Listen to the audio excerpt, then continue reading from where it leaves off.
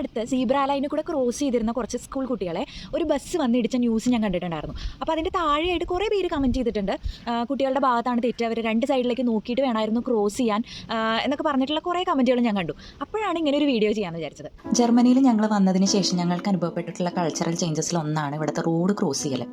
ഒരു ശ്രദ്ധയില്ലാതെ സീബ്ര ലൈനിൽ കൂടി ക്രോസ് ചെയ്യുന്ന പലരെയും ഞാനിവിടെ കണ്ടിട്ടുണ്ട്. വളരെ പക്വതയോടും ക്ഷമയോടും കൂടി വാഹനങ്ങൾ നിർത്തി തരുവാൻ ഇവിടെയുള്ളവർ ശ്രമിക്കാറുണ്ട് കേട്ടോ. ഒരിക്കൽ സീബ്ര ലൈനിൻ്റെ അടുത്ത് ചുമ്മാ നിന്നിരുന്ന ഞങ്ങൾ റോഡ് ക്രോസ് ചെയ്യാതിരിക്കുന്ന വിചാരിച്ചിട്ട് ഒരു ബസ് നിർത്തി തന്നിട്ടുള്ള അനുഭവം ഉണ്ട് കേട്ടോ. ഇവിടെ റോഡ് ക്രോസ് ചെയ്യാനായിട്ട് വേറൊരു സിസ്റ്റം കൂടി ഉണ്ട്. അത്യാവശ്യത്തിന് തിരക്കുള്ള ഒരു ഏരിയ ആണെങ്കിൽ ഇതേ ഇങ്ങനെ ഒരു ബട്ടൺ കൊടുത്തിട്ടുണ്ടാവും.